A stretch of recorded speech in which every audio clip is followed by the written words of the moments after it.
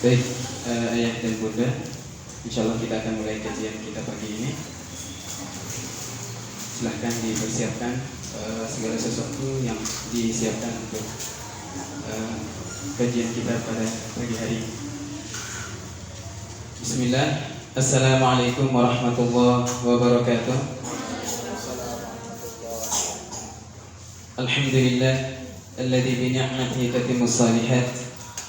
أشهد أن لا إله إلا الله وحده لا شريك له وأشهد أن محمدا عبده ورسوله الذي لا نبي ولا رسول بعده. اللهم صل على محمد وعلى آل محمد كما صليت على إبراهيم وعلى آل إبراهيم وبارك على محمد وعلى آل محمد كما باركت على إبراهيم وعلى آل إبراهيم إنك حميد مجيد. Dan bunda yang dirahmati oleh Allah Subhanahu wa taala, alhamdulillah kita bersyukur kepada Allah Subhanahu wa taala. Alhamdulillah kita memuji Allah Subhanahu wa taala karena pada pagi hari ini Allah Subhanahu wa taala masih memberikan kesempatan kepada kita.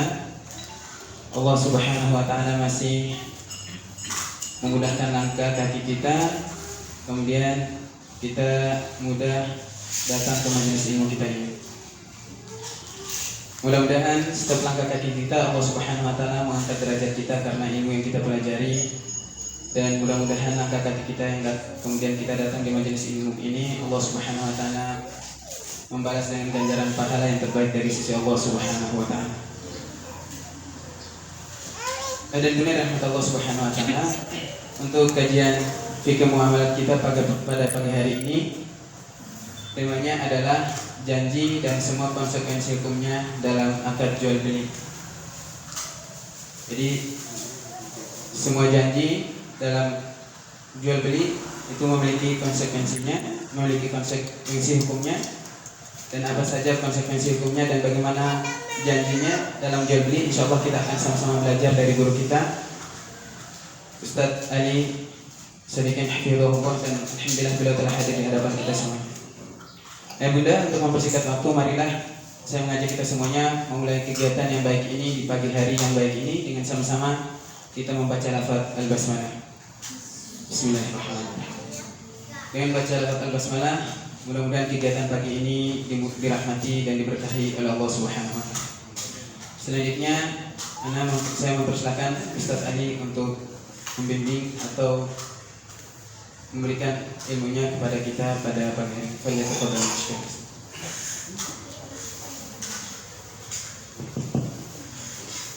Bismillahirrahmanirrahim. Assalamualaikum warahmatullahi wabarakatuh. Alhamdulillahirabbil alamin, wassalatu wassalamu ala asyrafil anbiya'i wal mursalin Muhammadin wa ala alihi wa ashabihi ajma'in, amma ba'd. Para ayah bunda yang rahmat Allah Subhanahu wa taala, puji syukur alhamdulillah pada pagi hari ini Allah Subhanahu wa taala kembali mengumpulkan kita di kajian bulanan belanja berkah online. Ya, insyaallah pada kesempatan kali ini kita akan membahas tentang tema janji dan semua konsekuensi hukumnya dalam akad jual beli, di mana terkadang di antara kita sering bertransaksi baik itu jual beli ataupun sekedar janji, namun ternyata tidak diilmui, dan terkadang kita kebingungan apakah ini janji atau jual beli, dan apakah antara janji atau jual beli itu sama ataukah berbeda. Nah, sehingga pada pagi hari ini akan kita kupas permasalahan tentang janji dan korelasinya dengan jual beli, apakah sesuatu yang sama atau sesuatu yang beda, dan jika beda nanti apa perbedaannya dan apa konsekuensi dari perbedaan itu. Dan lagi-lagi ini adalah bukan kajian yang pertama, kedua, atau ketiga, tapi ini adalah kajian yang sudah kesekian kalinya. Artinya tema-tema yang akan kita angkat akan semakin banyak menggabungkan pelajaran-pelajaran kita pada pembahasan yang sebelumnya, sehingga dengan berbagai pembahasan yang sudah kita ketahui nanti akan kita lihat, akan kita timbang apakah sebuah transaksi itu sesuai dengan syariat atau dia ada pelanggaran di dalamnya. ya, sehingga menjadi transaksi yang haram ataupun batil. Di awal langsung saya buka dengan sebuah pertanyaan, dan saya ingin agar ya dijawab oleh ya para ayah atau bunda sekalian ya tentang pertanyaan di atas, di mana dahulu pernah kita jelaskan tentang macam-macam jual beli dilihat dari serah terima barang. Ya, dahulu dilihat dari serah terima barang. Ada berapa jenis jual beli? Paling tidak nanti ada 4 jenis jual beli. Ya, karena ketika transaksi jual beli maka ada 2 hal yang dipertukarkan. Ada uang, ada barang. Maka dilihat dari serah terima, nanti ada jual beli yang barangnya ada dan uangnya juga ada ketika transaksi, yang kita sebut dengan jual beli ya tunai atau cash. Barangnya diserahkan, kemudian uangnya diserahkan. Apa hukumnya? Ya boleh selama tidak ada sesuatu yang dilanggar. Tapi kalau sekedar dilihat dari serah terimanya, maka jual beli yang seperti itu tidak masalah. Ya boleh. Kemudian ada jual beli yang barangnya sudah diserah terimakan, tapi uangnya belum. Yang kita kenal dengan jual beli utang. Ya, barangnya sudah diambil tapi belum dibayar. Apa hukumnya? Ya, hukumnya boleh. Ya, asal dibayar. Nah, kemudian ada jual beli yang uangnya sudah diserah terimakan di awal, tapi barangnya belum diserahkan. Jual beli apa? Jual beli salah. Ya, hukumnya boleh. Kemudian barang belum ada dan belum bisa diserah terimakan, uang pun juga belum ada dan belum diserah terimakan, maka yang seperti itu namanya bai'ul gali bil gali, jual beli hutang dengan hutang. Apa hukumnya? Ya, hukumnya haram, tidak boleh. Ya, karena barangnya belum ada, uangnya belum ada, sehingga jual beli yang seperti itu hukumnya haram.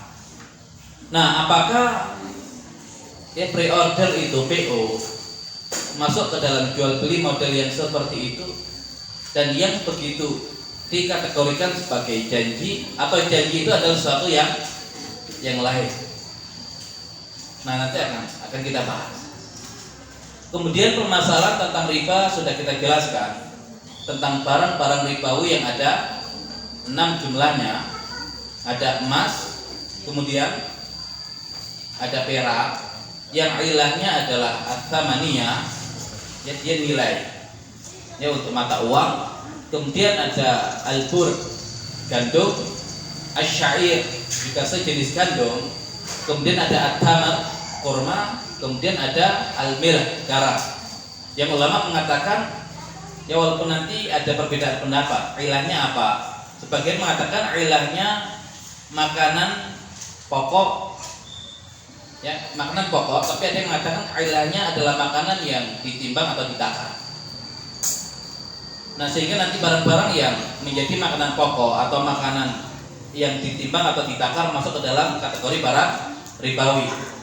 Nah, ketika barangnya itu satu jenis dan satu ilah, konsekuensinya adalah ya harus satu jenis dan satu ilah. Apa konsekuensinya? Ya, yadin biyadin harus cash, dan mithlan bimithlin, ukurannya harus sama. Ya, kalau emas dengan emas ya harus sama ukurannya dan harus ditempa.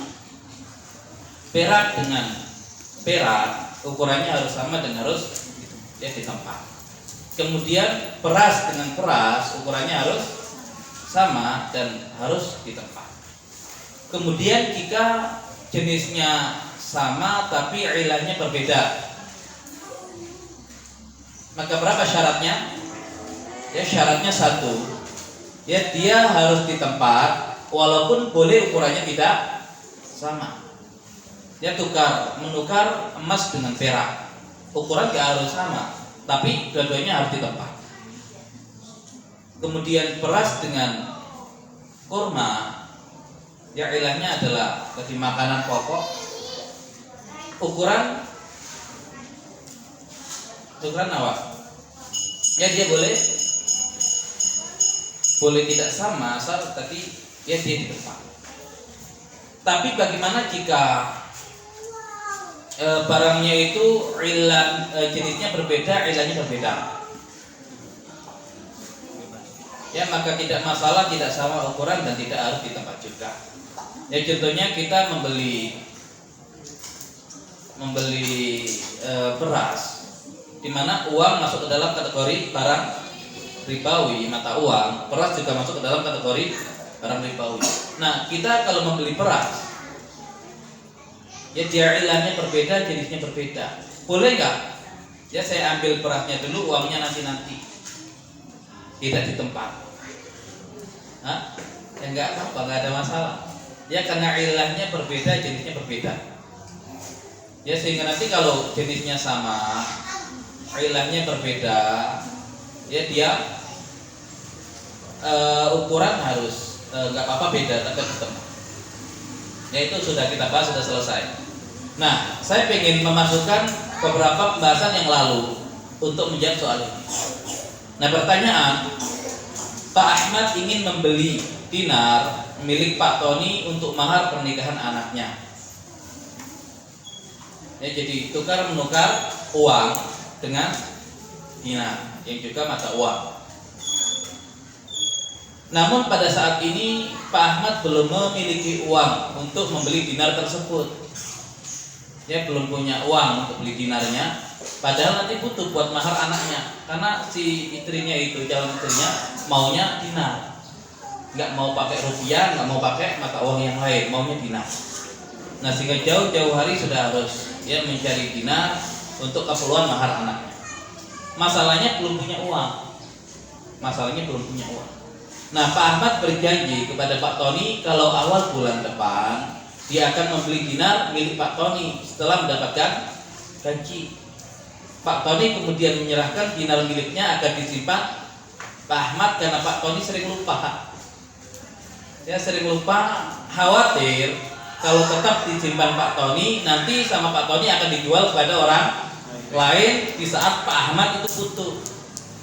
Nah sehingga kata Pak Tony, bukan saya yang menyimpan, bawa saja dinarnya, bawa pulang. Nah apa hukum transaksi di atas?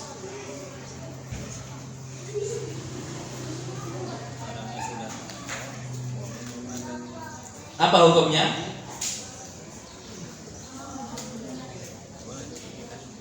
Boleh apa tidak? Barangnya nggak ada, uangnya belum ada kan boleh.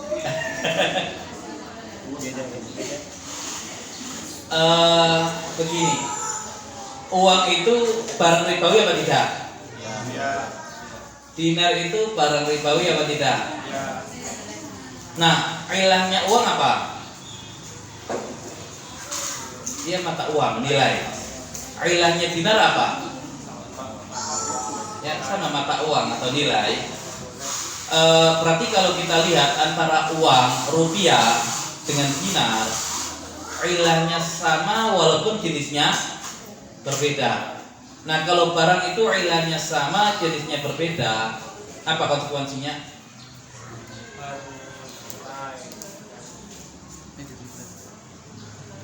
Harus tunai dan di tempat itu ya tunai di tempat.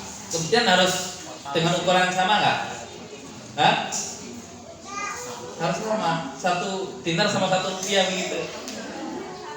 Berarti ukuran boleh beda kan? Tapi syaratnya ya dan biadin. Ya itu kan kalau tapi apakah itu bisa kita terapkan di kasus ini? Ya, ada yang bisa jawab ini?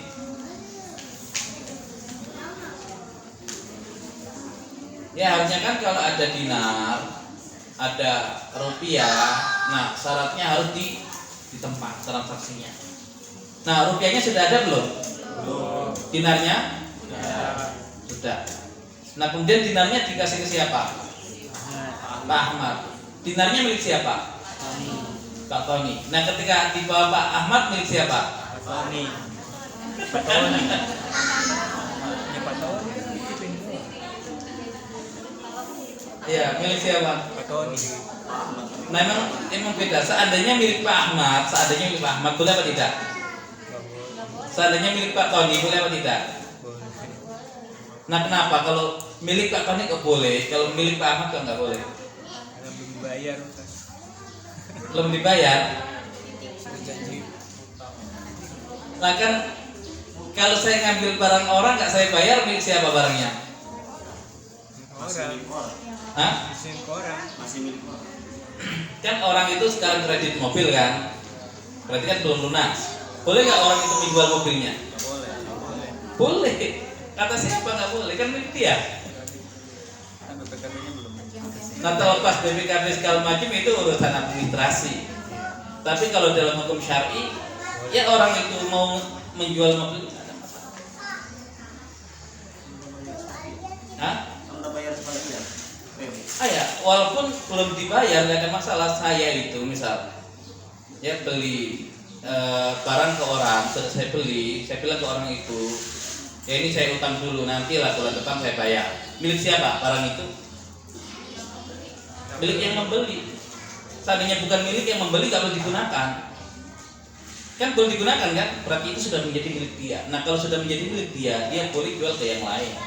Tapi dia masih punya utang untuk membayar ke ya penjual yang pertama tadi. Nah ini apa hukumnya?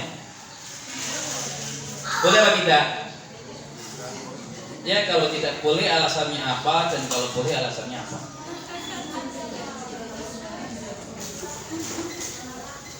Baik, sebelum ke Ummahat para ayah dulu, boleh apa tidak? Dan curiganya Pak Tony menyerahkan dinar, bukan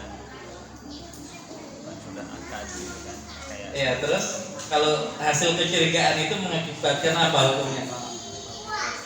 jadi dia kayak apa ya, ngejamin dia tuh pasti bulan depan dibeli sama dia gitu, walaupun belum terjadi transaksi gitu. Tapi boleh apa tidak? Nggak boleh berarti. Nggak boleh. Nah alasannya kenapa nggak boleh? Jadi semacam apa ya, ketentuan kayak maksa, tapi maksa halus gitu. Yang maksa siapa? Ya maksa halus lah istilahnya, kayak ada penekanan gitu. Kayak udah akad aja. Ini kan barangnya lo udah di rumah dia gitu, mau dibeli gitu. Kan bawain doang. Kan gitu. Oke, dari sisi maksanya ya. Ya. Oke, yang Ummahat, boleh apa tidak? Ya boleh apa tidak? Boleh. Kan dinarnya sudah ada, rupiahnya belum ada. Kan katanya harus biadan biade. Kok boleh? Kenapa nggak boleh alasannya? Hah? Utang.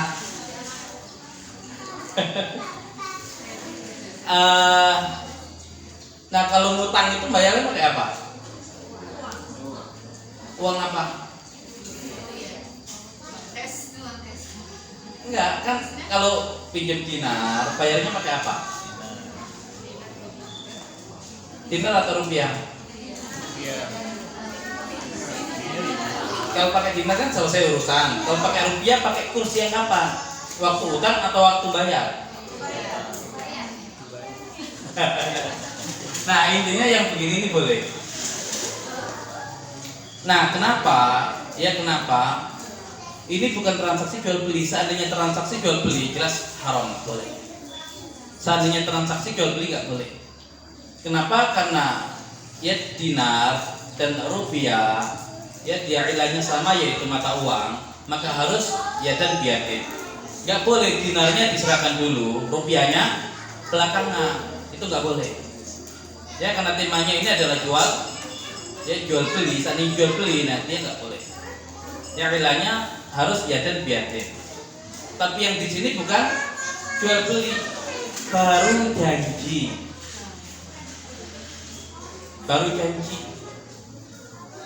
Kan Pak Ahmad itu janji ke Pak Tony akan membeli dinarnya. Kapan? Nanti awal bulan. Ya, awal bulan. Nah, seandainya dinarnya disimpan oleh Pak Tony kan gak ada masalah kan? Cuman masalahnya Pak Tony ini suka lupa dia. Lihat dinar aja bawaannya pengen jual.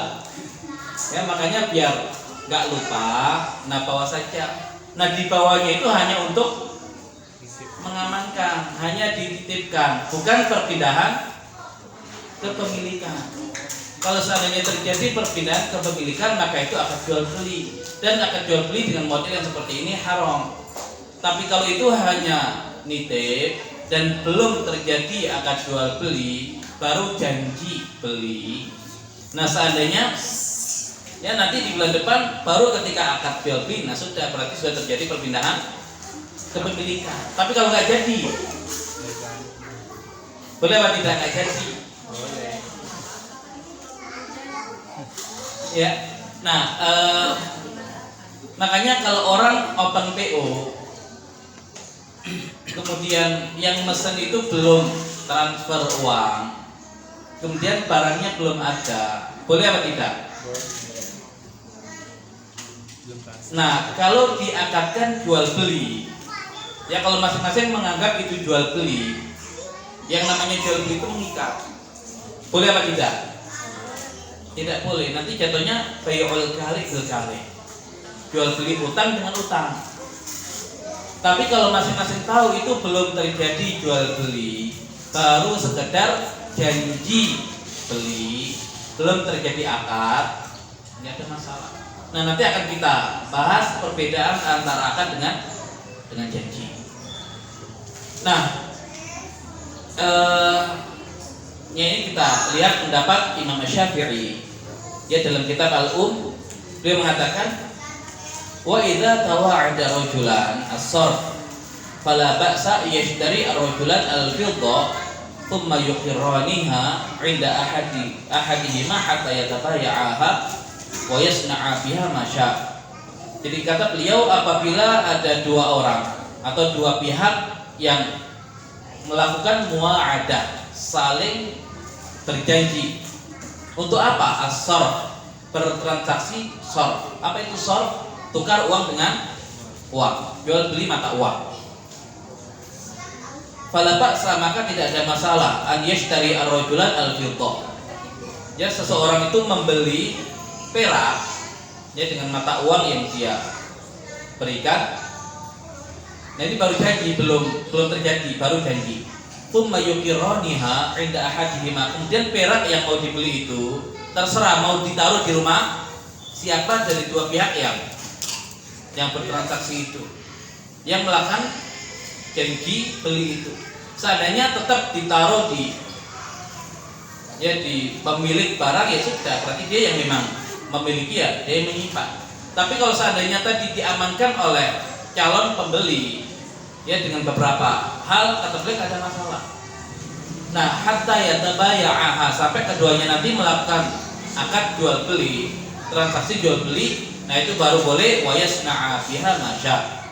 Boleh berbuat apapun dengan perak itu sekehendaknya.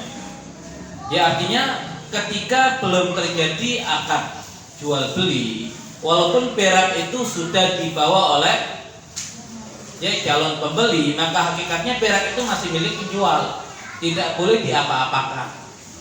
Nah, kapan baru terjadi perpindahan kepemilikan? Kalau sudah terjadi transaksi jual beli. Tapi yang namanya belum terjadi akad, ya bisa jadi akadnya, bisa tidak jadi. Ya, namanya baru janji. Ya, kalau tidak dipenuhi ya sudah. Ya, ini nanti ada dua hukum yang kita bahas. Ada hukum diyana, itu hukum agama. Ada hukum qadha, hukum peradilan. Ya, janji itu nanti ditimbang dengan dua hal. Ya, diyanatan secara agama dan qadhaan secara hukum peradilan. Ya, hukum legal formal nanti seperti apa konsekuensinya. Nah, berarti ya di awal ya kita pisahkan antara akad dengan akad jual beli dengan janji beli. Berarti kalau janji itu belum terjadi akad di antara kedua belah pihak, baru sekedar janji. Tapi kalau akad dia sudah terjadi, ya ikatan di antara kedua belah pihak itu, ya sehingga nanti ada ketentuan siang yang berbeda. Nah, definisi akad. Akad adalah pertalian atau keterikatan antara ijab dan qabul yang sesuai dengan kehendak syari', yaitu Allah dan Rasulnya, yang menimbulkan akibat hukum pada objek akad. Yang menimbulkan akibat hukum dalam objek akad.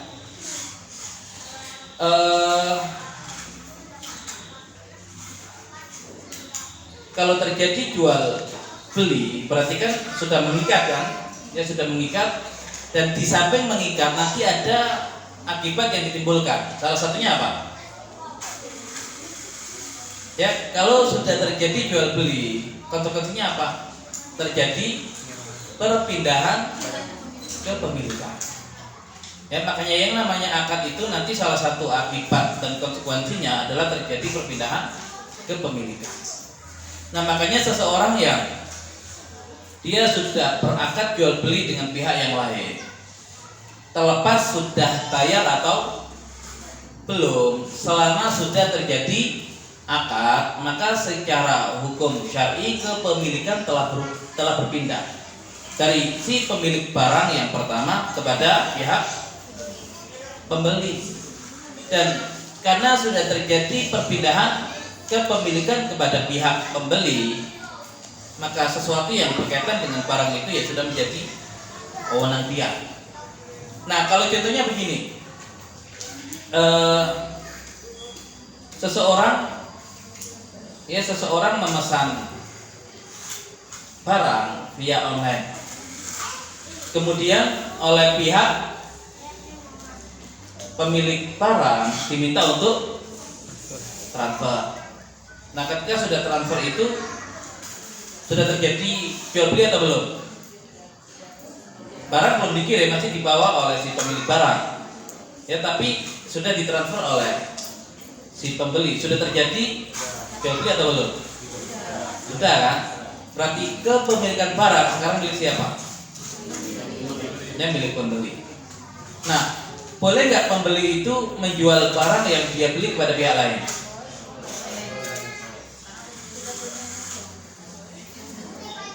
Boleh tidak pembeli itu menjual kepada pihak lain? Harus ada barangnya kan sudah ada.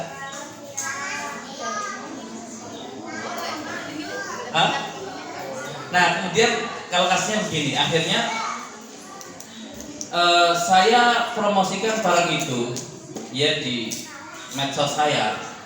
Ya, misal saya yang membeli tadi itu. Kemudian akhirnya ada orang yang tertarik kemudian membeli barang itu dari saya. Tapi barangnya masih berada di pemilik barang yang pertama. Walaupun milik siapa barang itu? Milik saya kan? Kan sudah saya beli tadi. Tapi masih di sana barangnya. Kemudian saya jual ke pihak yang lain. Kemudian ada pihak yang mau. Kemudian saya mengatakan kepada si pemilik barang itu, udah nggak usah dikirim ke saya, langsung kirim ya ke pembeli yang membeli barang saya tadi. Boleh apa tidak? Hah? Boleh apa tidak? Nah, yang boleh kenapa? Alasannya? Pertama udah milik pembeli. Sudah milik pembeli, terus Dijual ke yang lain cuma beda alamat doang. beda alamat. Ya beda alamat. Nah, yang nggak boleh kenapa? Kalau saya ini pernah ada hadisnya. Iya. Jadi barangnya itu masih diuntak gitu, transaksi itu nggak boleh kan kata Rasul. Jadi si barangnya harus dipindah dulu, baru boleh transaksi sama orang lain. Nah, kalau yang kayak barusan itu dia nggak boleh. Bukan urusan alamat, beda alamat doang, bukan. Ya, karena nanti ada yang namanya al-qabdu. Ya, sudah menerima barang. Ya, kalau transaksi jual beli dia hanya memindahkan kepemilikan. Tapi untuk dijual ke pihak yang lain, syaratnya itu bukan sekedar perpindahan kepemilikan, tapi barang itu sudah harus di tangan si penjual itu. Nggak boleh baru di tangan orang lain kemudian dijual ke pihak lain, nggak boleh. Nah itu kan dulu al-qabdu sudah kita bahas kan. Apa dulu konsekuensi dari al-qabdu, serah terima barang itu? Ya ketika terjadi ya transaksi jual beli antara penjual dan pembeli, sekedar akad, ya kemudian sudah terjadi perpindahan kepemilikan. Tapi seandainya barang itu masih ditahan oleh penjual, konsekuensinya apa? Si pembeli tadi masih belum boleh menjual kepada pihak lain karena dia belum menerima barang itu. Dan kalau terjadi apa-apa dengan barangnya, yang nanggung kerugian siapa? Kan belum diserah terimakan, tapi kalau terjadi apa-apa dengan barangnya, siapa yang menanggung kerugian? Penjual atau pembeli? Penjual, karena belum terjadi at-taqabud, saling serah terima. Tapi kalau sudah diserah terimakan, ya sudah. Nanti kalau terjadi apa-apa dia yang nanggung. Tapi seandainya saya sebagai penjual sudah mau menyerahkan, tapi orangnya mengatakan udah tahan dulu lah, titip dulu. Kalau terjadi apa-apa siapa yang nanggung?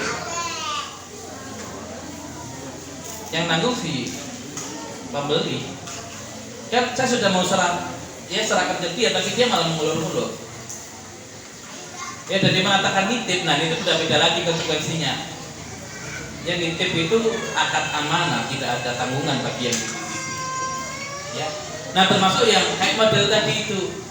Kalau seandainya dibolehkan tanpa terjadi at-taqabud, saling serah terima, kalau ternyata di tengah jalan ada apa-apa, siapa yang nanggung kerugian barang itu?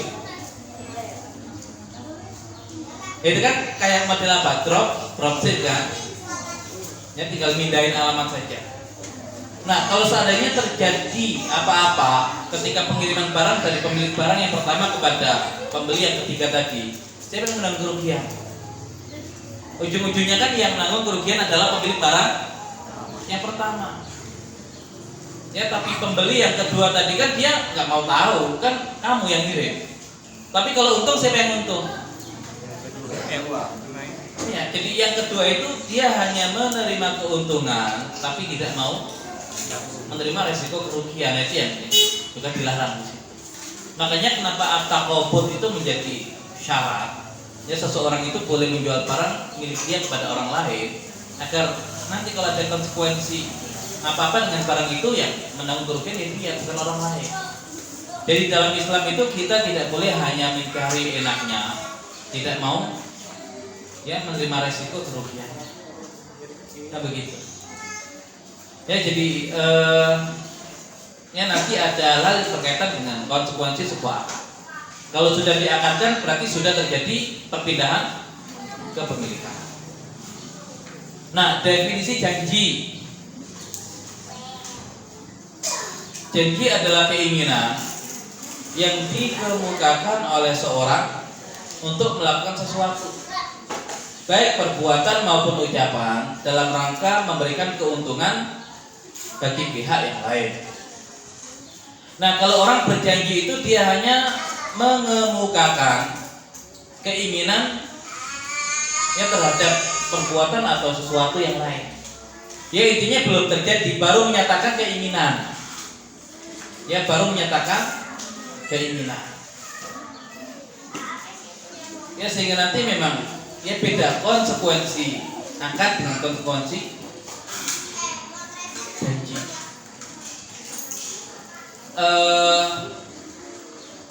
Nah sehingga kalau di awal ternyata berbeda konsekuensi akad dengan konsekuensi janji, maka hukum pre-order kalau diniatkan itu adalah janji, masing-masing mengetahui kalau itu sekedar janji beli, berarti nggak ada masalah karena tidak ada akad yang dilanggar, hanya janji.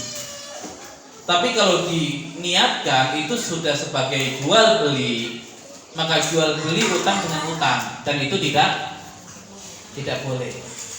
Ya memang apa sih bedanya janji sama jual beli? Nah kalau janji tadi ketika masing-masing pihak tidak memenuhi kalau sudah terjadi jual beli masing-masing pihak tidak memenuhi apa yang menjadi akad jual beli, boleh nggak nuntut? Ya boleh nuntut karena sudah mengikat. Tapi kalau sekedar janji kemudian dibatalkan, ya sudah harus menerima resikonya. Ya harus menerima resikonya. Makanya nanti kalau salam itu kan kenapa kita diminta untuk yang membayar di awal, karena biar terjadi transaksi jual beli. Kalau sudah terjadi kan berarti ada kewajiban ya dari pihak penjual untuk menyediakan barang yang sudah kita beli. Tapi kalau sekedar omongan ternyata oleh si penjual nggak jadi dijual ke kita, dijualnya ke orang lain. Ya ini kita tidak membahas masalah adat, kita membahas masalah hukum. Ya contohnya begini. Ya saya ingin membeli sebuah barang kepada fulan. Kemudian kita melakukan akad salam. Ya saya bayar. Kalau bayarnya nggak tunai, boleh nggak salam?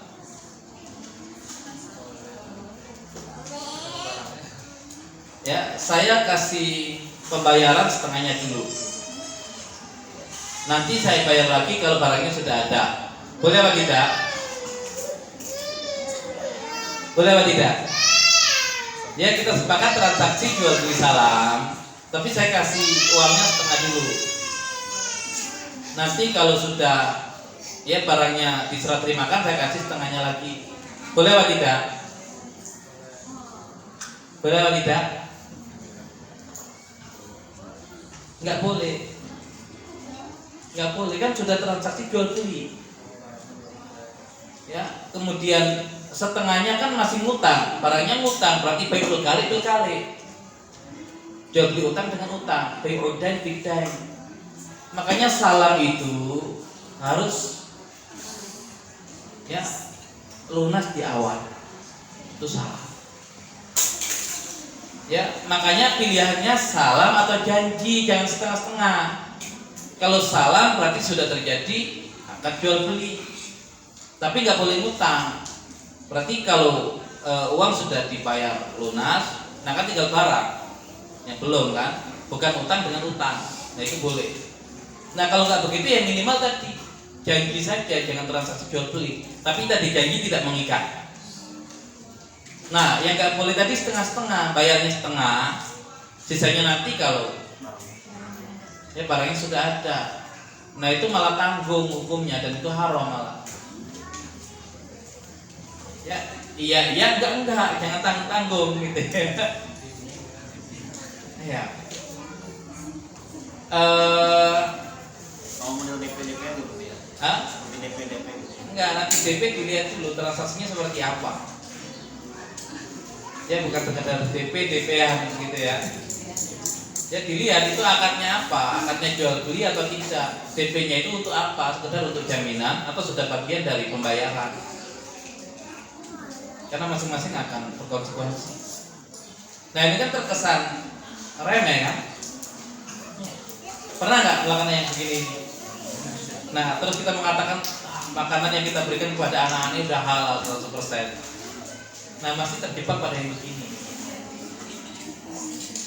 Ya jadi begitu. Makanya kalau nggak yakin dengan sebuah transaksi itu, ya cari yang yakin saja. Ya cari yang yakin saja. Jadi kalau open PO itu nggak usah ya dibayar sekalian, berarti sudah jadi jual beli salam, atau nggak usah dibayar sekalian. Ya pastinya dibayarnya nanti, bukan nggak usah dibayar sekalian itu nggak ada. Ya begitu ya. Nah kemudian sudah saya kasih lunas di awal. Kemudian akhirnya di waktu yang sudah dijanjikan, ya di waktu yang sudah dijanjikan barangnya dia bawa. Ya kemudian ada pihak lain yang menawar barang itu dengan harga lebih tinggi dari yang sudah saya bayarkan. Boleh nggak akhirnya dia batalkan jual belinya dengan saya dan dia jual barangnya ke pihak yang lain? Nah, nggak boleh. Ya kenapa? Dia ada kewajiban untuk memberikan barang kepada saya karena sudah terjadi ikatan jual beli. dan tidak bisa dibatalkan secara sepihak.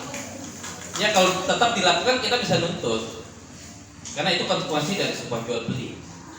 Tapi kalau sekedar janji, ya janji beli, nah ketika waktu yang sudah dijanjikan itu mau membuat akad, ternyata barangnya ditawar oleh orang lain.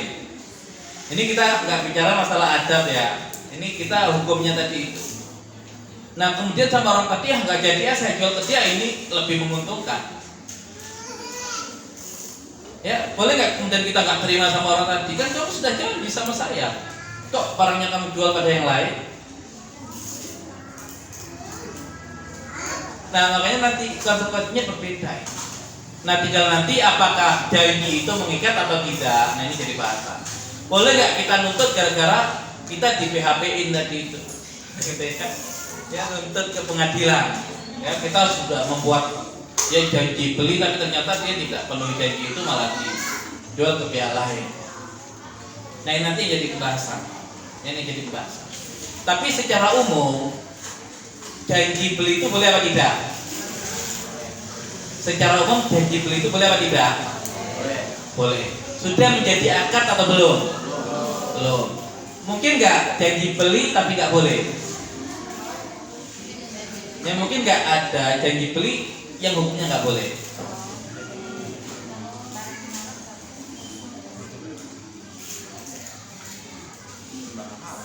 Nggak, barangnya halal. Ya jual beli sesuatu yang halal, tapi janji belinya nggak haram. Mungkin apa tidak? Nah mungkin ulama mengatakan kalau janji belinya dikaitkan dengan transaksi al-'ainah. Tahu al-'ainah? Jual beli 'ainah tahu? Bukan itu inah kalau ada. Ya 'ainah, jual beli 'ainah. Bai'ul 'ainah. Hah?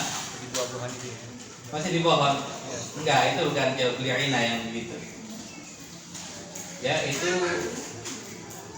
bai'ul samar qabla buduwi sholahi. Ya kalau bai'ul 'ainah itu kayak begini.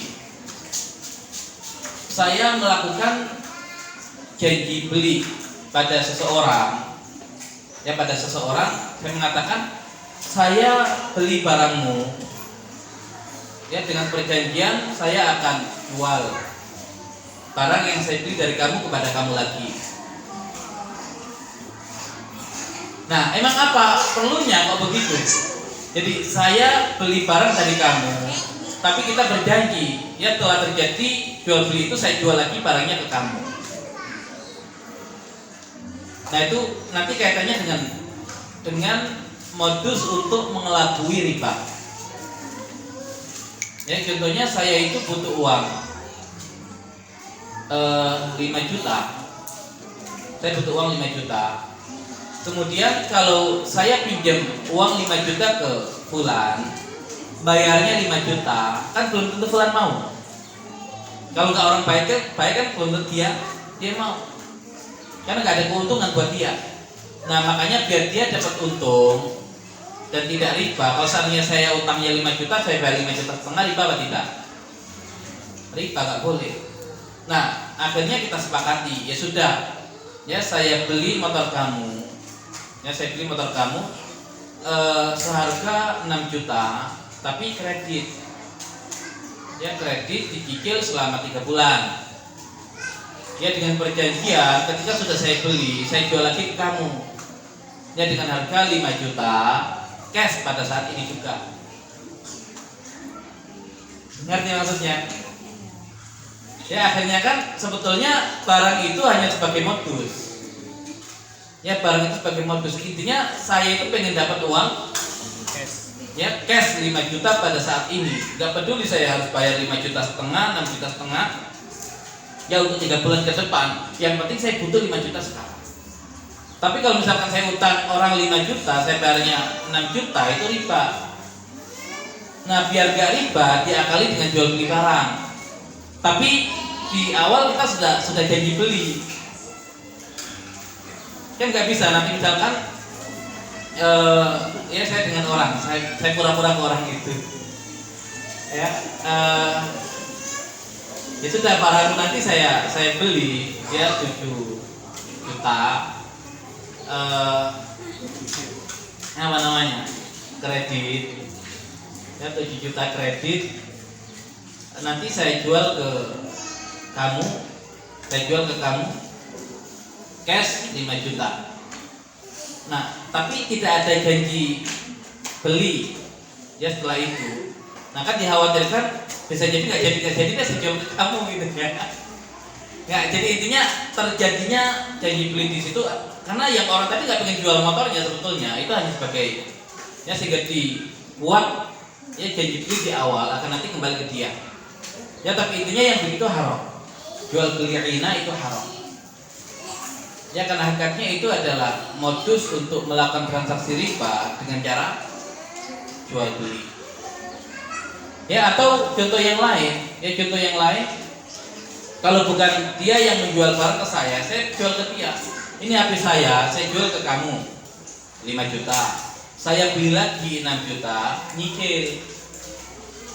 Ya sama saja kan, HP hanya diputar-putar, tapi intinya ya butuh 5 juta, bayarnya 6 juta. Nah, itu bai'ul ina yang begitu. Dan jumhur ulama mengatakan bai'ul ina itu haram. Dan karena bai'ul inanya haram, maka janji beli yang ditempelkan di jual beli ina itu juga menjadi haram. Ya, jadi secara umum janji beli tidak ada masalah, tapi kalau untuk mengakali agar bisa membuat modus dalam mengelabui riba, nah dia haram. Ya, dia ngikut pada akarnya. Nah, sekarang ketika ada janji beli itu, ya dia ada konsekuensi hukum apa tidak? Kan pernah nggak kita itu dirugikan gara-gara janji beli yang dibatalkan oleh ya satu pihak?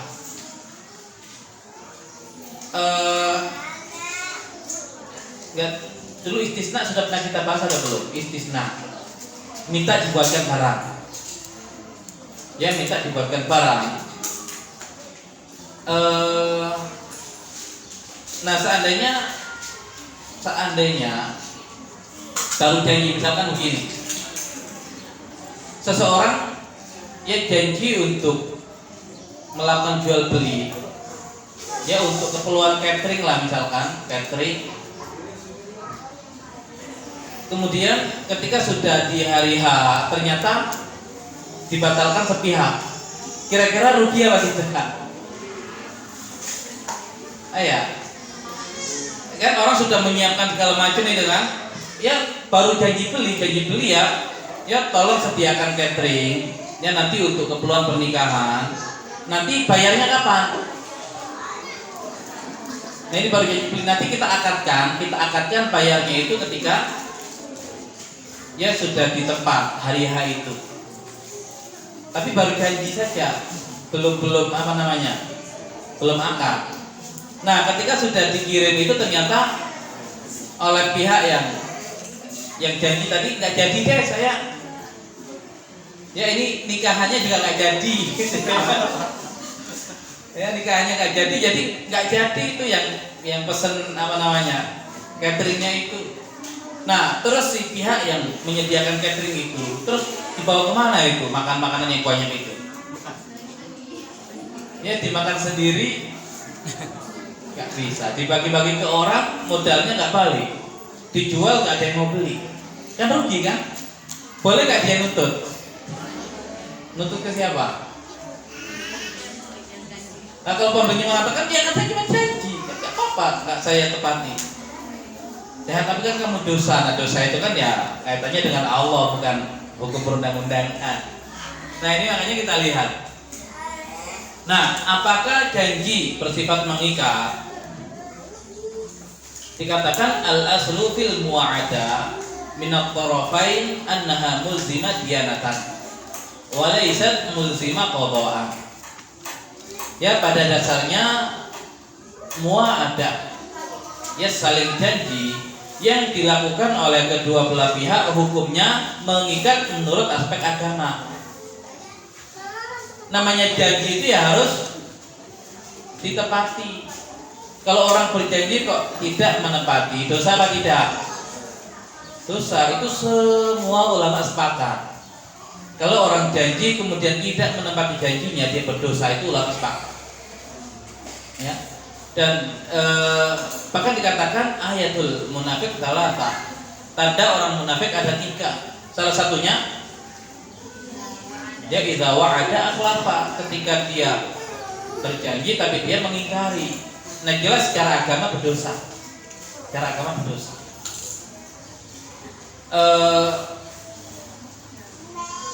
Ya kemudian nanti bahkan ada yang mengkaitkan dengan surat As-Saff itu, ya ayyuhalladzina amanu lima taquluna ma la taf'alun kabura maqtan indallahi an taqulu ma la taf'alun. Ya ada siapa yang mengkaitkan dengan kabura maqtan bagi orang yang tidak melaksanakan apa yang sudah dia katakan tadi. Nah, itu ulama sepakat. Tapi jumhur ulama mengatakan walaisat mulzima qada'an, tapi tidak mengikat menurut aspek peradilan. Artinya kalau orang itu baru sekedar janji, belum terjadi akad jual beli, kemudian salah satu pihak ternyata tidak menepati dan terjadi kerugian pada pihak yang lain, maka secara peradilan orang yang membatalkan tadi nggak bisa dituntut. Ya kenapa? Karena janji itu hanya mengikat dari sisi agama, tapi tidak mengikat dari sisi peradilan. Ya sehingga kalau tadi seandainya sudah terjadi akad jual beli, sudah ada ya bukti transaksinya, kan bisa dijadikan ya sebagai aduan ke pengadilan. Tapi kalau memang hanya janji dan belum ada transaksi, nah terus apa yang mau diadukan? Ya apa yang mau diadukan?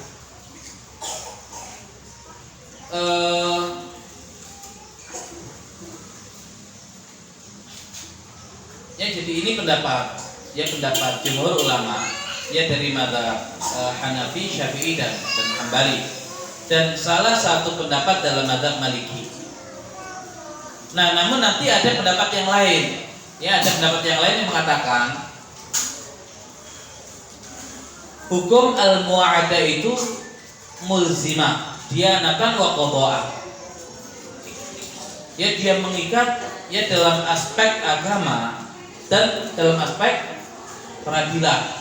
Artinya ketika orang itu sudah berjanji ya tapi tidak menepati dan terjadi kerugian, maka dia harus menanggung kerugian tersebut. Kenapa? Karena kerugian itu terjadi gara-gara janji yang dia buat.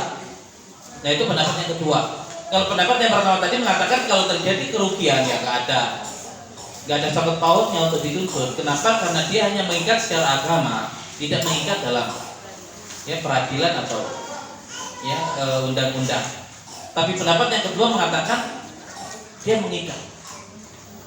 Dan ini pendapat ulama, diantaranya adalah Hasan Al-Basri, ya nanti ada Ibnu Syubruma, ada Ishaq bin Rahawai, dan salah satu pendapat dalam mazhab Maliki. Ya, jadi ada dua pendapat. Satu mengatakan hanya mengikat dari sisi agama, tidak mengikat dari sisi peradilan. Pendapat kedua mengatakan mengikat baik dari sisi agama dan sisi peradilan. Nah, kira-kira yang enak diterapkan yang mana? Yang jumhur atau pendapat yang kedua? Ya antum buka open PO, ya PO durian. Akhirnya antum mendatangkan durian itu 1 truk. Nah pas waktunya tadi ya akad itu nggak ada yang beli. Mau antum apakah 1 truk durian itu? Ya paling terjual kan berapa, kan dijual ke orang lain berapa? Nah, sehingga kerugian yang harus antum derita ya adalah durian 1 truk itu. Nah, siapa yang antum tuntut?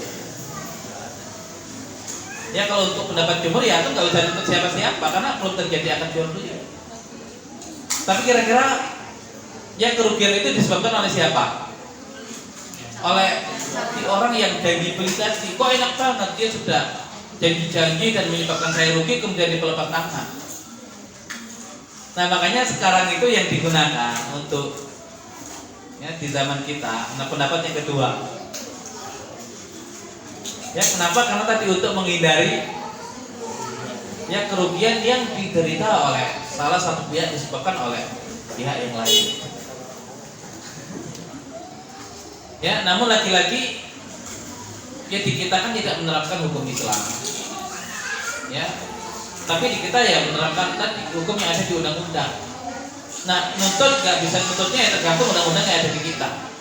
Tapi nanti untuk DSN, ya Dewan Syariah Nasional itu dia pakai pendapat yang kedua. Dan itu yang diterapkan di lembaga keuangan syariah yang ada di negeri ini. Ya nanti polanya begitu. Nah nanti ada pendapat juga dari Majma' Al-Fiqh Al-Islami, itu ada lembaga fikih di bawah OKI. Ya di bawah OKI. Yang dia cenderung yang ini, yang mengatakan hukum asal dalam janji itu hanya mengikat secara agama, tidak mengikat secara peradilan, dan nanti tidak boleh ya janji dilakukan untuk mengelabui dalam urusan riba.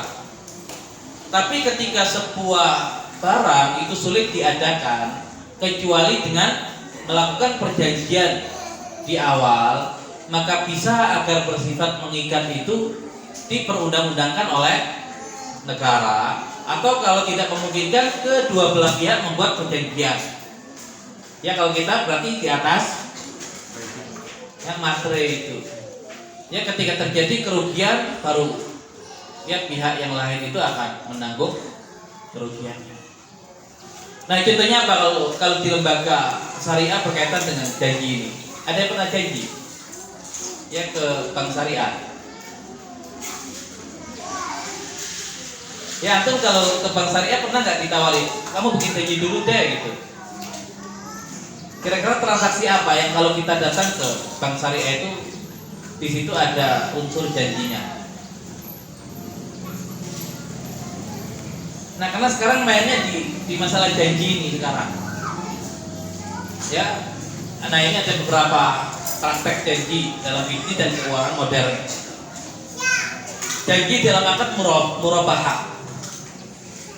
Tahu murabahah?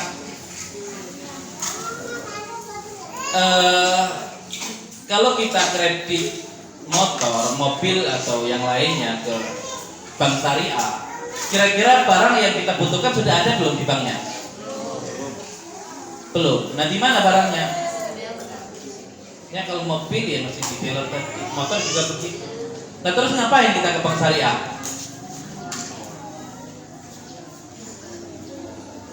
Hah? Kalau kita ngutang ya nggak boleh. Kalau ngutang 15 juta bayarnya 15 juta. Pihak bank syariah nggak dapat apa-apa, nggak mau dia. Tapi kalau misalkan 15 juta bayarnya 16 juta itu riba, nggak boleh kok syariah kok riba gimana? Nah akhirnya kita datang ke bank syariah, kita bilang saya pengen beli mobil, ya merek A yang harganya sekian. Nah kemudian apa yang dilakukan oleh bank syariah?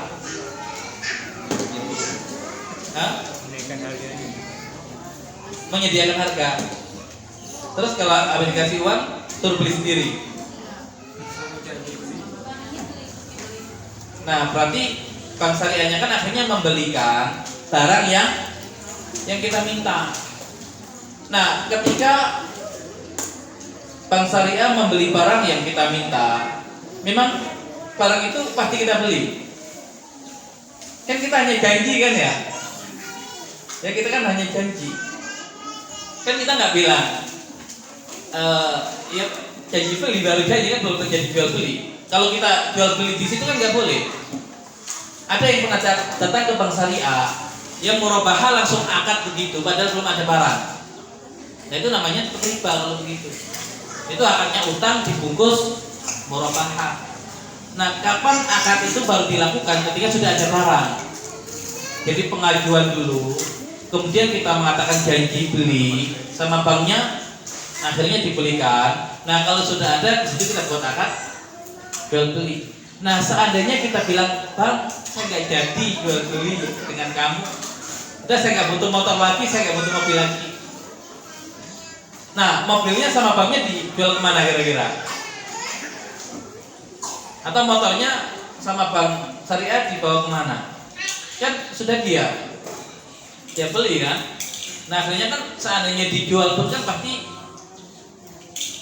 nggak apa ya nggak dengan harga yang sama, bisa jadi turun. Belum lagi tadi sudah bolak-baliknya itu biaya itu kan. Nah sehingga ketika terjadi yang begitu, kerugian ditanggung siapa?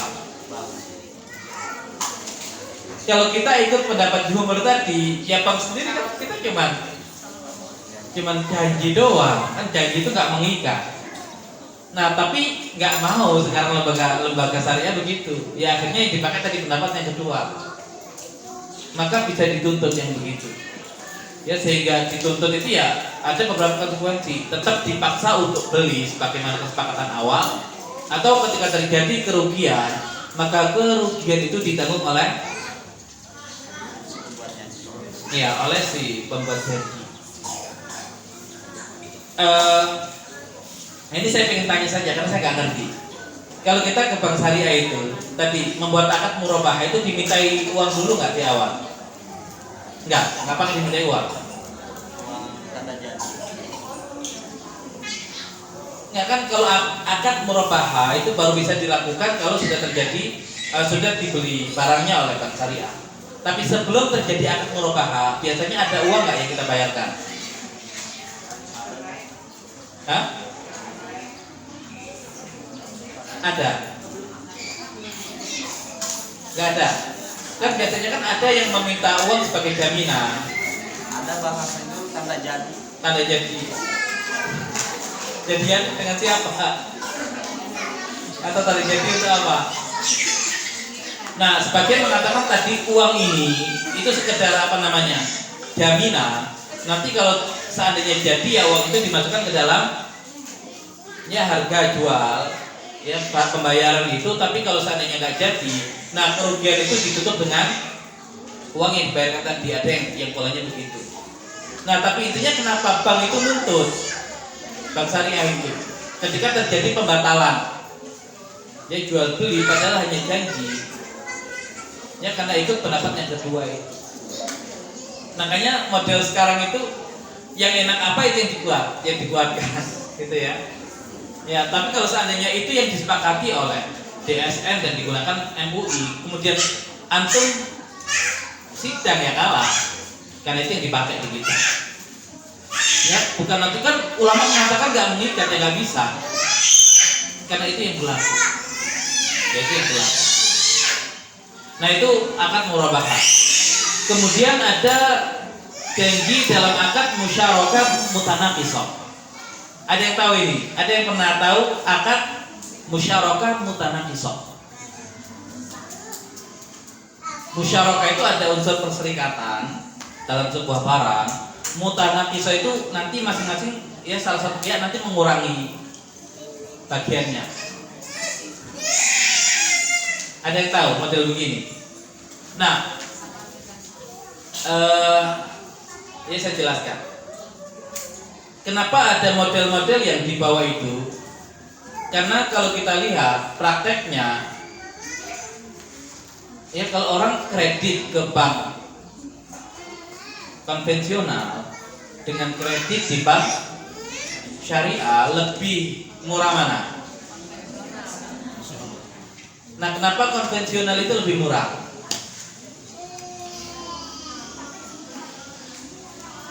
Dan kenapa kalau bank syariah kok mahal banget?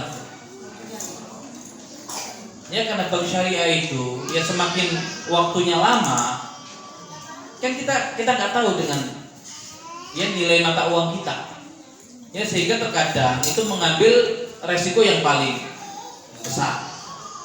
Sehingga misal ada barang itu, misal rumah, cashnya itu 500 juta. Kalau kredit 15 tahun berapa kira-kira di bank syariah? Cashnya 500 juta. Kemudian kita mengajukan KPR tadi ke bank syariah, untuk jangka waktu 15 tahun. Berapa kira-kira? Hah? Persentase apanya? Iya, maka dia nanti ngambil yang paling. Ya makanya kalau dibandingkan dengan konvensional, kalau konvensional berapa kira-kira? Ya kira-kira aja lah gitu, nggak ada yang tahu. Nah, karena mainnya konvensional itu dia ini apa namanya fluktuatif, dia naik turun sesuai dengan bunga, suku bunga. Kalau bank syariah nggak bisa, dia harus stabil dari awal sampai akhir. Padahal nilai uang itu kan terus menurun kan, ya sehingga misalkan hanya mengambil untung kecil, tapi ternyata inflasi ya rugi, makanya diambil kemungkinan yang paling berat sehingga terkesan mahal. Makanya kalau antum misal beli rumah ya dengan kredit selama 15 tahun, nah antum baru bayar cicilan itu 3 tahun, antum jual rumah itu belum nutup ya kreditnya itu, karena memang jomplang sekali ya, karena pakai perkiraan jangka panjang itu ya. Tapi makanya bank syariah itu kalau misalkan 15 tahun kita bayar 10 tahun, mau gak dia? Dia mau, bahkan bisa jadi ngasih keringanan ke kita ya, dia untung kan. Harusnya hitung-hitungannya 15 tahun kita percepat, untung dia. Tapi kalau bank konvensional nggak mau, karena dia akan hitung tadi suku bunganya terus ke sana ya. Kalau kita dahulukan bisa rugi mereka, makanya itu lebih murah. Nah, sehingga bank syariah untuk mensiasati biar mainnya itu tidak mengambil risiko terlalu besar, nah pakai akad yang kedua, akad musyarakah mutanaqisah ya. Jadi seakan sebuah barang itu dibeli bareng-bareng ya, dibeli bareng-bareng ya. Misal rumah ya, nanti bank syariah itu membeli sekian persen, setengahnya dibeli oleh nasabah. Berarti rumah kan milik berdua, musyarakah di situ. Nah, di awal itu sudah disepakati bahwasanya si pembeli rumah itu ya berjanji untuk membeli bagian bank yang nanti akan terus dijual oleh bank. Ya, entah per bulan bank itu melepas sebagian kepemilikan dia kepada si pembeli, tapi harus mau dia, dan bank pun harus mau untuk menjual bagian milik dia. Nah, akhirnya awalnya 10% milik nasabah, 90% milik bank. Nanti berkurang, akhirnya 11% milik ya nasabah, kemudian milik bank berkurang 89%. Yang 1% dijual. Nanti terus kurang, nah sampai habis. Dan itu kan harga menyesuaikan dengan pasar, tidak harus ditentukan di awal. Dan yang begini ini untuk menghindari tadi itu. Nah, dibutuhkan janji apa tidak? Butuh janji. Kalau misalkan janji itu nggak mengikat, ya sudah, akhirnya kan ya si nasabah tadi saya nggak jadi melanjutkan deh, kamu jual aja ke yang lain, ya nggak bisa begitu. Nah, ini model yang kedua, musyarakah mutanaqisah. Jadi bank itu sedikit demi sedikit melepas ya, aset kepemilikan dia kepada nasabah ya, sampai nanti habis. Tapi di awal sudah harus terjadi ya janji beli dari pihak nasabah dan janji jual dari pihak bank. Nah, untuk yang kedua itu nggak seberapa killer sebetulnya. Yang killer itu untuk mengakali itu adalah yang ketiga, ijarah muntahiyah bitamlik. Ya, ijarah muntahiyah bitamlik. Nah, namanya ijarah itu adalah ijarah sewa. Jadi misalkan bank itu beli barang, beli rumah, kemudian kita itu nyewa ke bank. Per bulannya itu tergantung bank berapa nanti dia menyewakan ke kita.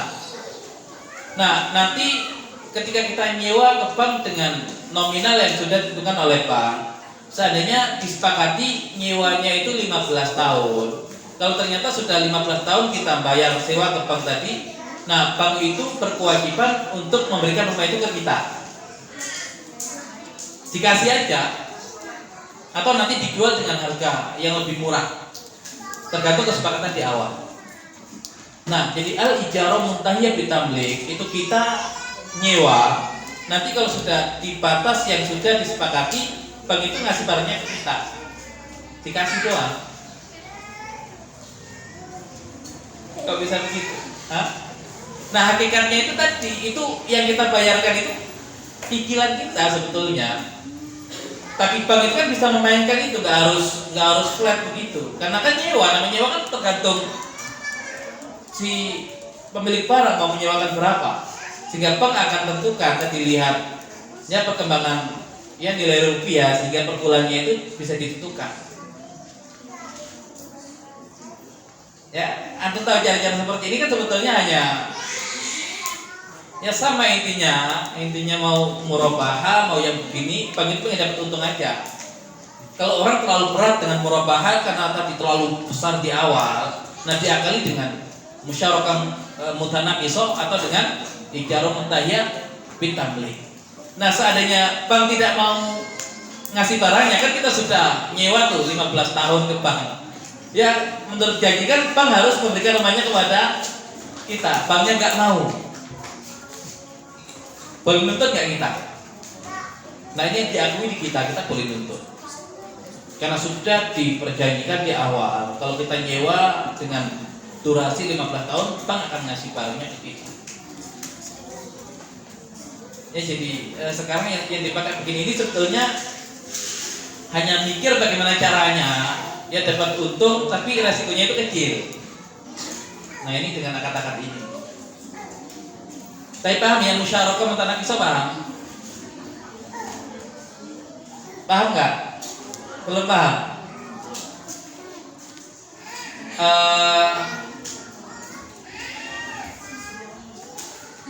Ya misalkan begini, ya ini kita nggak pakai bank lah, ini antar si A dengan si B, si A dengan si B. Si B itu pengen beli HP, harganya 5 juta, tapi dia baru punya uang 1 juta, hanya punya uang 1 juta, kurang berapa? 4 juta. Kalau seandainya dia utang ya pada si A 4 juta, ya si A nggak mau minjemin, nggak dapat untung. Nah, maunya kan minjemin 4 juta itu dapat untung kelebihan. Tapi kalau ngambilnya lewat cara utang piutang, nah itu riba. Nah, gimana caranya? Akhirnya dia membuat janji beli. Si B wajib membeli HP yang dibeli dengan akad kepemilikan bersama. Jadi akhirnya si A itu di situ ngasih uang 4 juta, si B 1 juta kan 5 juta beli HP. Nah, tapi HP-nya ini yang disepakati dibawa oleh si B. Tapi si B ini wajib yang membeli bagian si A itu dengan cara mencicil. Jadi si A ini melepas kepemilikannya bertahap. Dia nyicil selama ya misalkan kalau nyicilnya itu per bulannya 100.000. Untuk dapat di 4 juta berapa kali? Hah? Ya 40 kali kan, tapi nanti dia jualnya nggak begitu. Jadi selama 40 kali itu nyicilnya nggak 100. Ya, nyicilnya itu misalkan 120. Jadi nanti kan baliknya ke dia itu kan lebih. Tapi dengan cara apa? Ini saya nggak minjemin dia, ini kepemilikan bersama. Tapi saya jual sebagian saya itu dikit-dikit ke dia, yang dibayar ya tiap bulannya itu 120.000 selama 40 kali pembayaran. Gitu ya. Nggak ngerti maksudnya. Kan berarti kalau kepemilikan si A tadi kan 80% dalam HP ini. Ya kan? Nah, 80% kalau bagi 40 berarti berapa persen? 2 kan? Jadi selama tiap bulan itu dia melepas 2% kepemilikan dia kepada si B dengan harga sekian itu. Tapi di awal sudah janji harus mau. Nah, itu model ya musyarakah mutanaqisah, paham ya? Jadi melepas dikit-dikit, tapi tujuannya tadi agar dapat untung aja. Nah, kalau ijarah muntahiyah bitamlik, yaitu misalkan ya tadi sama si A langsung dibeli 5 juta. Ya 5 juta. Kemudian si A ini bilang ke si B, sudah kamu nyewa HP saya, ya, kamu nyewa HP saya dalam ya waktu sekian, tapi nanti sekian ini bayar sewanya. Nah nanti kalau sudah ya selesai waktu yang saya tentukan, nanti HP-nya buat kamu. Nah ujungnya sama sebetulnya, ya ingin dapat untung tapi polanya ini sewa. Tapi nanti kalau sudah kamu nyewa dari saya, sudah ya saya udah kembalinya lebih lah dari sewa itu, udah ini buat kamu. Nah itu model yang kedua itu. Ya tapi intinya yang begitu secara fikih apa hukumnya? Ya secara fikih kan boleh aja. Cuman sebetulnya ini kan cara-cara ngakali untuk dapat untung. Ya ini akhirnya hanya mencari akad fikih. Makanya bagaimana cara mencari tikungan fikihnya agar tidak haram. Tapi pola-polanya ya sama saja sebetulnya. Ya sehingga umat Islam itu kalau masih terjebak dengan yang begini itu gak akan maju-maju. Itu harus punya solusi yang lain sebetulnya. Ya tapi minimal secara fikih itu gak dosa lah. Ya tapi gak harus kemudian kita terus pola-pola begini, harus naik levelnya, itu harus mikir konsep yang lain. Ya, nah makanya lagi-lagi ya kalau bank syariah itu kan dia duniawi kan nggak mungkin tujuannya untuk kepentingan akhirat. Ya harusnya kan al-qardul hasan, ngutangi tapi nanti baliknya itu ya sesuai dengan juta. Itu kan hanya sedikit sekali dari sekian usaha bank syariah itu, hanya formalitas, sisanya tadi mencari keuntungan. Ya padahal di Islam itu kan selalu orientasinya itu akhirat. Nah nggak bisa, jadi yang akhirat dengan dunia kok dikumpulkan itu nggak bisa sebetulnya. Ujung-ujungnya itu tadi bagaimana cara yang mendapatkan keuntungan tapi berbalut syariat. Makanya kalau zaman dulu itu kan ya ada wakaf, ya misalkan wakaf al-qardul hasan, ya pinjaman yang baik. Jadi ada dana, ya dana ini dana wakaf. Siapapun orang yang hutang silakan ngambil kalau butuh hutang di situ. Balikinnya berapa? Ya sesuai. Karena ini tujuannya yang dicari adalah akhirat. Nah, cuman antum coba bikin wakaf al-qardul hasan, ditangkap antum. Ya akan dicari deliknya karena merugikan ya pihak-pihak tertentu. Tapi konsep Islam dulu tuh begitu. Ya orang yang membutuhkan itu butuh pinjaman, nggak dipersulit. Ya namanya orang sudah sulit kok masa dipersulit. Nah sehingga pola-pola begini ya antum harus naik lah levelnya. Ya cukup yang di awal begini antum sesuaikan dengan kebutuhan. Kalau butuh minimal tidak melanggar syariat. Ya tapi kalau untuk level yang lebih tinggi tadi harus punya konsep peradaban Islam. Ya sehingga tidak hanya terjebak pada ya keuntungan duniawi saja. Baik, kita masih ada 15 menit ya menuju jam 11. Ya jadi tadi apakah janji itu sama dengan akad? Ya tidak. Ya kalau janji itu dia tidak berkonsekuensi kepada pemindahan kepemilikan, tapi kalau akad ya terjadi perpindahan kepemilikan. Kalau janji mengikat apa tidak? Ya secara agama ulama mengikat. Ya semua sepakat mengikat. Tapi kalau secara peradilan jumhur ulama mengatakan ya tidak terikat. Tapi sebagian ulama ya seperti Ibnu Syubruma, kemudian Hasan al-Basri, kemudian satu pendapat dalam mazhab Maliki mengatakan dia mengikat. Ya artinya bisa dituntut. Ketika terjadi pembatalan yang mengakibatkan kerugian. Nah, tapi kalau solusi dari Majma' Al-Fiqh Al-Islami yang dibawa Oki tadi, ya dia tetap kayak jumhur, hanya saja untuk barang-barang yang tidak mungkin diadakan kecuali ada janji beli di awal. Bagaimana biar bisa mengikat? Nah, diundangkan oleh negara atau antara dua pihak yang membuat janji tadi itu dia diikat dengan ikatan perjanjian yang itu bisa dituntut kalau ada ya satu pihak yang batalkan dan mengakibatkan kerugian. Nah kemudian beberapa hal yang berkaitan dengan janji beli dalam ya lembaga keuangan syariah tadi ada di akad murabahah, ada di akad musyarakah, mutanakisah, ada yang akan ijarah al-mutayyah ditamlik. Nah, cara umum begitu. Nah, apa hukum PO? Apa hukum PO? Ya seandainya tidak membayar uang secara penuh di awal, ya nggak ada masalah ketika diniatkan itu hanya janji beli. Kapan akadnya? Kalau sudah ada barang, nah baru diakadkan. Oke. Nah kemudian, tapi kalau niatnya itu adalah salah, berarti syaratnya apa? Ya dibayar dulu, ya, dan harus lunas di awal. Ya nggak boleh ya nyicil. Kalau salam itu harus lunas di awal, nggak boleh nyicil. Kalau lunas maka dia halal, ya, dan sudah mengikat karena jual beli. Tapi kalau nyicil dikatakan jual beli, tapi jual belinya haram. Kenapa? Karena ada sebagian yang masih utang dengan barang yang masih utang juga, dan itu jatuhnya dijual beli utang dengan barang. Ya Allah alam bisawab, kita kembalikan kitab suci.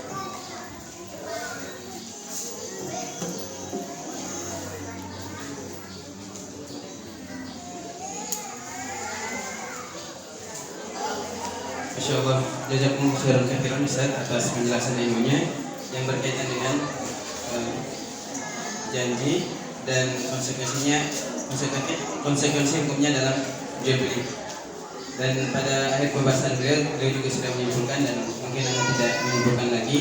Silahkan, selanjutnya kita akan membuka sesi pertanyaan. Ada 15 menit, kurang lebih 15 menit menuju ke jam 11.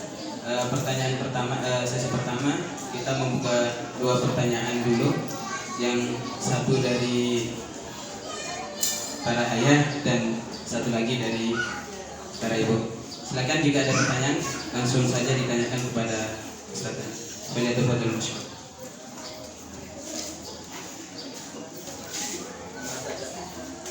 Para ayah dulu, kata.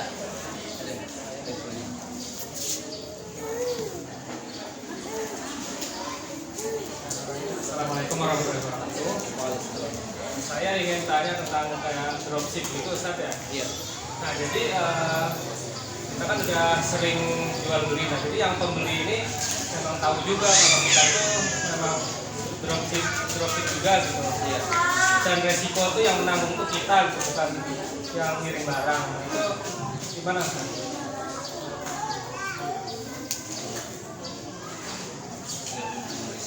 Baik, langsung dijawab dulu ya. Baik, untuk dropship tadi, dia bisa haram bisa halal, jadi tidak mutlak haram. Ya makanya yang dilihat itu jangan dropshipnya, tapi pola-pola kerja dalam dropship itu seperti apa. Ya sehingga kalau yang model saya jelaskan tadi, orang yang tidak mau yang menerima resiko, maunya hanya untung, nah itu ya nggak boleh. Tapi nanti bagaimana caranya biar dropship itu bisa boleh? Ya pertama ada, ya bisa dengan cara kita itu merupakan wakil dari si pemilik barang. Jadi kita ini agen resmi, kita hanya menjualkan saja. Ya sehingga nanti ketika sudah ada orang yang membeli, itu kan langsung kita sampaikan ke mereka, dan nanti mereka yang kirim langsung ke pembeli. Kita hanya dapat keuntungan dari jasa yang kita berikan kepada pemilik barang untuk menjualkan barangnya. Nah itu cara pertama kalau kita agen. Kalau nggak agen, ya berarti kita beli ke dia. Berarti kan prosesnya kan kita beli dulu. Nah kalau kita beli dulu itu nanti ada yang mengatakan kalau bisa barang kita, ya dengan barang si dia itu harus dipisahkan. Kita minta barang saya tolong pisahkan. Nah ketika dipisahkan, kemudian nanti si pemilik barang itu bertugas sebagai wakil kita. Nah sekarang barang kan milik saya. Kamu wakil saya, tolong kamu kirimkan ini ke pembeli saya. Nah, resiko siapa yang nanggung sekarang? Ya saya, karena dia sudah menjadi wakil saya, bukan pemilik barang lagi. Jadi ada pemilik barang itu dia menyediakan jasa. Ya di mana barangnya itu dia pisahkan dulu, kalau sudah ada orang yang beli, nanti dikirimnya itu atas nama orang itu. Tapi kalau kerugian ya sudah orang itu, bukan saya lagi. Nah, sebagai ulama mengatakan yang begitu itu boleh. Ya karena kalau terjadi apa-apa kan sudah ya antum yang menanggung resiko dan barang kan sudah milik antum. Nah ada pun takobutnya tadi, ya serah terimanya tadi dengan cara dibedakan ke ya ke tempat yang lain, dan orang itu sekarang ya beralih dari penjual menjadi wakil antum untuk mengirimkan barang itu kepada. Nah kalau yang begitu ulama mengatakan boleh. Ya, jadi untuk dropship itu ada beberapa cara untuk bisa menjadi halal. Ya, tadi dengan cara dipindahkan dulu, kemudian baru dikirim atas nama kita, kerugian kita yang menanggung kalau terjadi apa-apa, atau kita hanya sekedar menjualkan saja. Kalau kita menjualkan saja, hakikatnya jual beli itu hanya terjadi antara pemilik barang dengan pembeli. Kita hanya perantara. Dan yang kita terima itu hanya upah, tapi kalau kita membeli dari dia, keuntungan dari selisih itu tadi yang kita terima. Insya Allah yang itu boleh. Allah.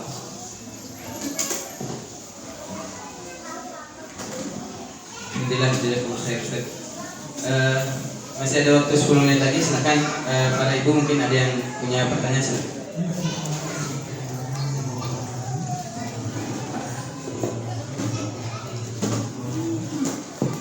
Bismillah.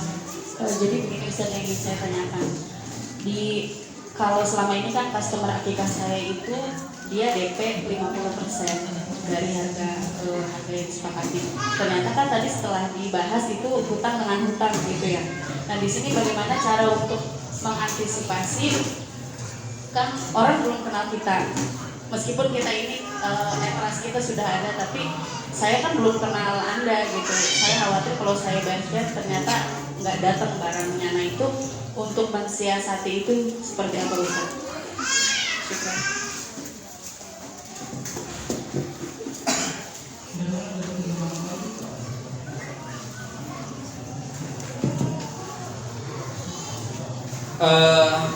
Ya tadi kalau kaitannya dengan pemesanan ya, akikah ya.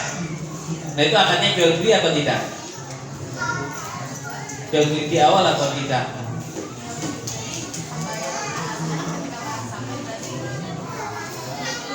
Nah berarti ya harus disepakati di awal. Ya harus disepakati di awal. Ya apakah itu jual beli atau sekedar janji beli? Ya, apakah itu jual beli atau janji beli? Ketika janji beli, ya ketika janji beli kapan terjadi akad jual belinya? Nah ketika barang sudah ya sampai dan diserah terimakan.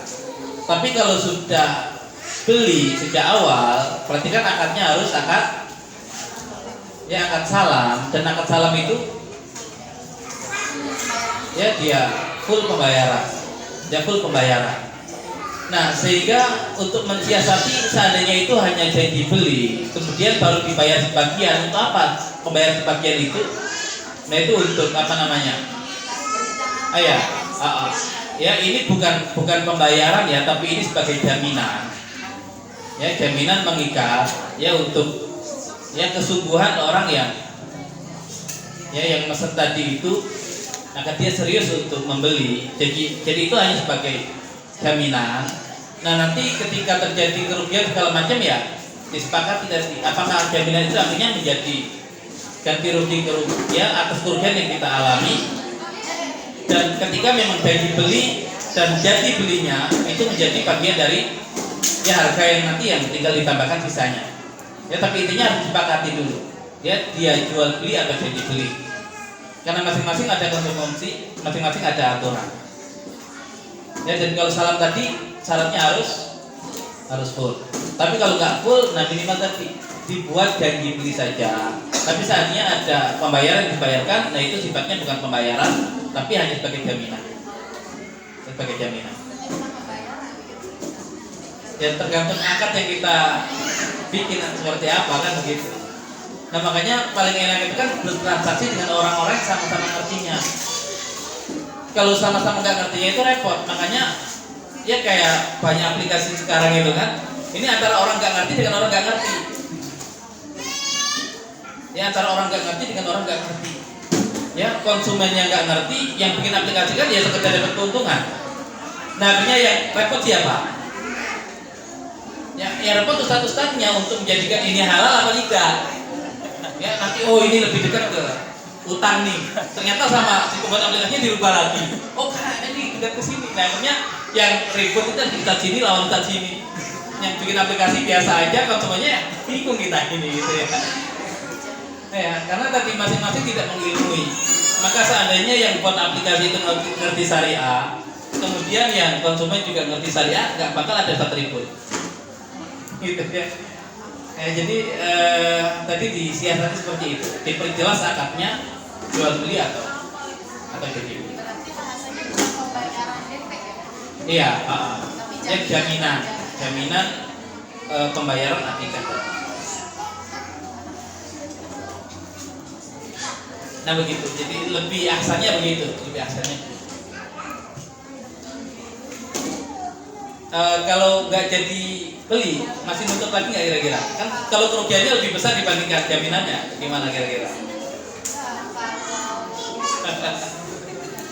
kalau itu ya, tapi alhamdulillah sih nggak. Enggak ya. Jadi kalau begitu kan sudah harus di atas materai kalau ini untuk akad-akad yang besar.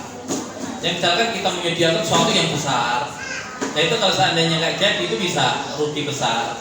Nah itu berarti butuh sesuatu yang lebih kuat lagi. Jadi itu harus di atas materai untuk janjinya. Kalau nggak begitu ya nggak kuat nanti kita untuk mengajukan ke pihak berwenang. Tapi intinya tadi dirubah saja yang menjadi jaminan pembayaran tadi awal.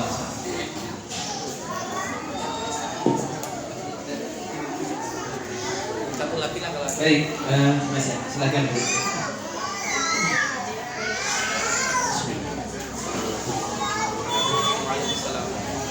Jadi pertanyaan ini adalah masih seandainya kita mau jual barang, misalkan di aplikasi online. iya.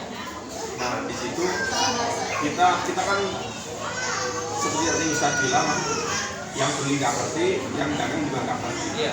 Nah sekarang kita akan meminimalkan seandainya kita misalnya mulai ngaji dan ngerti, Iya. cuman mereka yang akan beli kan tidak ngerti nih Iya. apa dia berilmu atau tidak. Di aplikasi itu nanti kita tuliskan bahwa akan jual beli ini adalah sistemnya begini dulu. Misalnya ditulis musyarakah atau dan sebagainya ya, misalkan ditulis di situ. Jadi nanti kita berdasar itu jual belinya itu diperbolehkan nggak?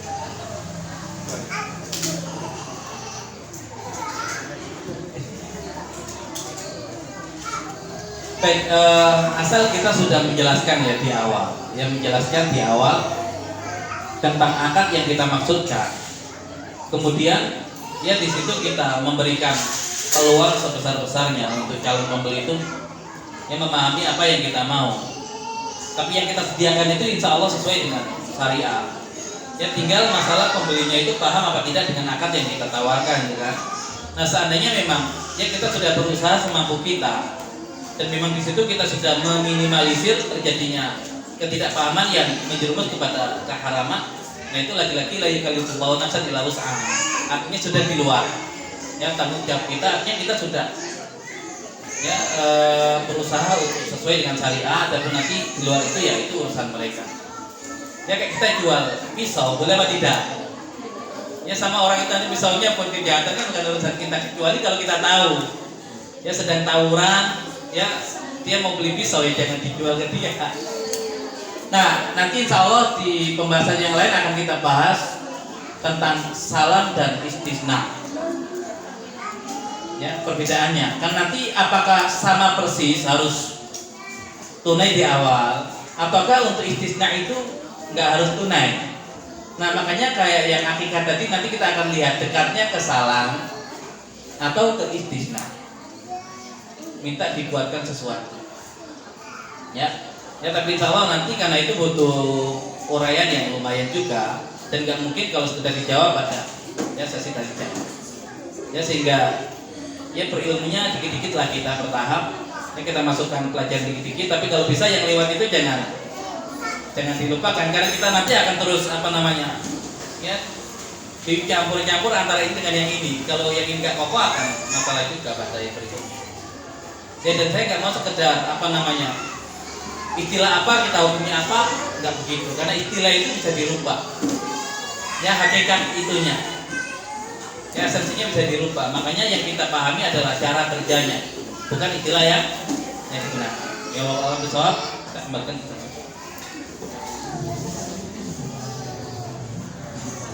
Masya Allah, jazakallah khair. Ustaz Haji mungkin ada pertanyaan Ustaz Haji. pelajarannya kita bisa dibutuhkan gitu. Jadi setiap kita belajar teh sesuai. Gitu. Ada Insya Allah. ada buku rujukan. Rujukannya banyak kalau rujukan ya. Makanya paling enak itu ngaji kitab. Cuman nggak semua orang itu siap ngaji kitab.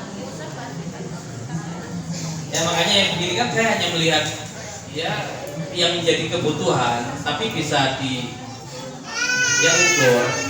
Nah makanya kalau ngaji kita nggak semua kuat. Kalau ngaji begini memang akhirnya kita beberapa bagian memang harus lompat menyesuaikan dengan kebutuhan. Tapi minimal masih saya usahakan agar ya materinya itu tersusun, bukan sekedar kajiannya itu sekedar jawab pertanyaan yang begitu tidak mencerdaskan. Karena tidak ada gambaran di awal. Ya makanya dimulai dengan pembahasan dulu yang nanti yang kita kasih pertanyaan untuk menguji yang sebelumnya sudah dipahami apa tidak. Nah, nanti baru kita buka sesi tanya. Nah sehingga ketika pertanyaannya itu bukan sekedar nanya jawaban tapi sudah mengetahui seluk beluk ya dari permasalahannya. Tapi kalau itu jadi buku itu nanti tak super yang nulis tahu.